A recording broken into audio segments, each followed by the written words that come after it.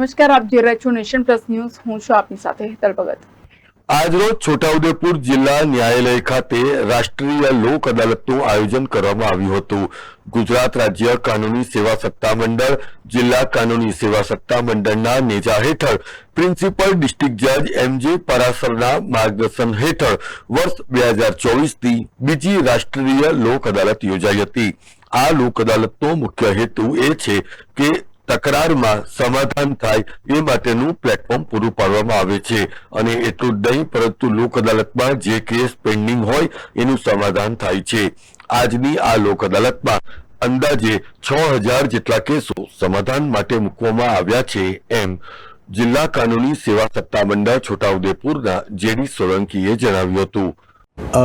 આજ રોજ Chhota Udepur district court ખાતે રાષ્ટ્રીય લોક અદાલતનું આયોજન કરવામાં આવેલું છે.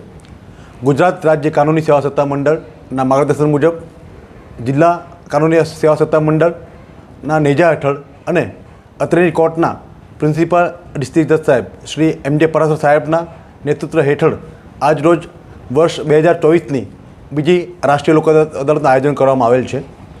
લોક અદાલતનું મુખ્ય તાત્પર્ય એ છે કે જે વ્યક્તિઓ સાથે તકરાર ચાલી રહી છે એમની તકરારમાં સમાધાન થઈ શકે એ માટે પૂરતું પ્લેટફોર્મ પ્રોવાઈડ કરવામાં આવે છે.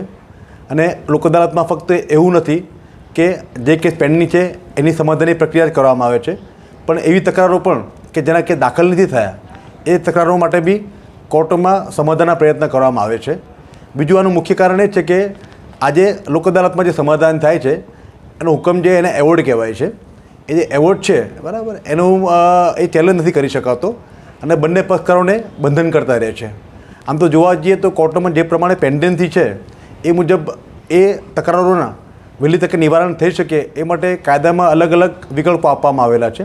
તેમાં લોક અદાલત એક બહુ જ મહત્ત્વપૂર્ણ ટૂલ્સ કહી શકીએ આપણે કે જેના થકી સમાધાન થઈ શકે છે. આજરોજ લોક અદાલતમાં આશરે 6000 કેસો સમાધાન માટે મૂકવામાં આવેલા છે. અમે આશા રાખીએ છીએ કે અગાઉ જે લોક અદાલતોમાં વકીલો દ્વારા અને પક્ષકારો દ્વારા જે સહકાર આપવામાં આવ્યો છે તે પ્રમાણે આજની લોક અદાલતમાં પણ અમને પૂરતો સહકાર મળશે અને મને વિશ્વાસ છે કે આજે ખૂબ મોટી સંખ્યામાં કેસોનો નિકાલ થશે. Rehan Patel, nation plus news, Chhota Udepur. સમાચારોનો સતત અપડેટ મેળવવા માટે અમારી નેશન પ્લસ ન્યૂઝની યુટ્યુબ ચેનલને સબસ્ક્રાઇબ કરો, બેલ આઇકન દબાવો અને જોડાયેલા રહો ફેસબુક, ઇન્સ્ટાગ્રામ અને ટ્વિટર પર.